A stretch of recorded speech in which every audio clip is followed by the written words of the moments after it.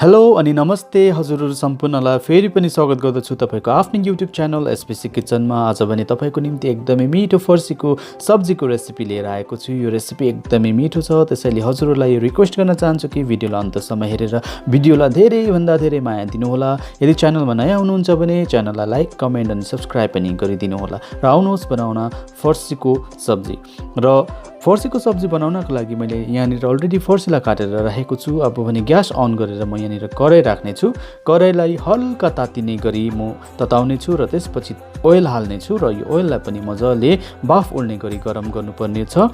र यो गरम भइसकेपछि यहाँनिर म मेथीको दाना साथसाथै म जिरा पनि पड्काउने छु र जिरा पड्काएपछि कुच्चाएर राखेको लसुनलाई पनि मजाले पड्काउने छु। र यी पड्काएपछि यसलाई हल्का भुटेपछि म चाट वा सुक्खा खुर्सानी पनि यसमा हाल्दिने छु र यसलाई मजाले फेरि एकपल्ट भुट्ने छु र अघि काटेर राखेको जुन चाहिँ फर्सी छ त्यसलाई पनि मजाले हालेर राख्ने छु। र त्यसको साथसाथैमा म हल्दी पाउडरलाई पनि यहाँ माथिबाट हाल्ने छु र हल्दी पाउडर हालिसकेपछि म यहाँनिर रङ खोर्सानीलाई पनि राख्ने छु र त्यसपछि यसलाई मजाले चलाउने छु। हेर्नुहोस्, अब मैले सबै मसला हालिसकेँ र यसरी म यसलाई चलाउने छु। तपाईले देख्नुहुँदैछ है।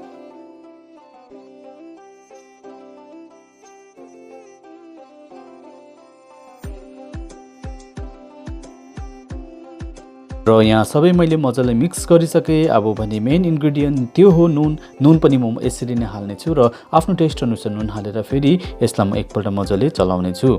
र यसरी मैले यहाँनिर चलाइरहेको छु। तपाईले देख्नुहुँदैछ यो फर्सीको सब्जी बनाउन एकदमै सजिलो छ। अब भने मैले मोटामोटी सब्जीलाई भुटिसकेको छु र यहाँ आएर म एउटा टमाटर पनि हाल्ने छु र यो टमाटरलाई पनि मजाले चलाउने छु र यो चलाएपछि म यसलाई छोपेर केही क्षणको निम्ति पाक्न दिने छु।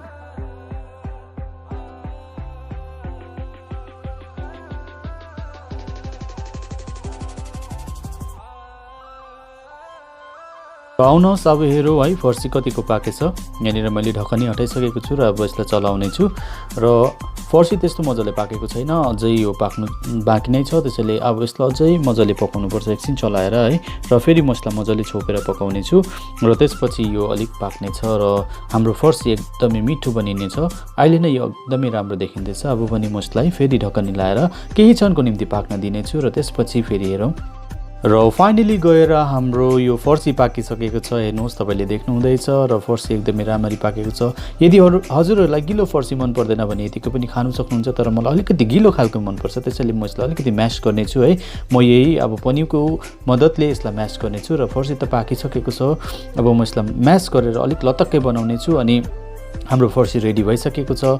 हजुरहरूलाई यो रेसिपी कस्तो लाग्यो है? मलाई त एकदमै बेसी फर्सी मनपर्छ। अझै दही भात अनि फर्सी त झन्नै मिठो हुन्छ। त्यसैले गर्दा तपाईहरुलाई पनि यो रेसिपी मन पर्यो भने तपाईले मेरो च्यानललाई प्लिज सब्स्क्राइब गरिदिनुहोस्, लाइक गरिदिनुहोस्, कमेन्ट गरिदिनुहोस् अनि फ्युचरमा के कस्ता भिडियोहरू तपाईको समक्षमा ल्याउने त्यसको सुझावहरू पनि कमेन्टमा राख्न सक्नुहुन्छ। तपाईलाई के को रेसिपी चाहिएको छ त्यो पनि मलाई भन्नु सक्नुहुन्छ कमेन्टमा गएर है। र आजको यो रेसिपी सिम्पल थियो। आई होप तपाईहरुलाई मन पर्यो होला र मन पर्यो भने मैले फेरि पनि भन्दैछु, प्लिज कमेन्ट गर्नुहोस्, सब्स्क्राइब गर्नुहोस् अनि च्यानललाई लाइक पनि गरिदिनु होला। Thank you so much for watching. See you next time. Good by.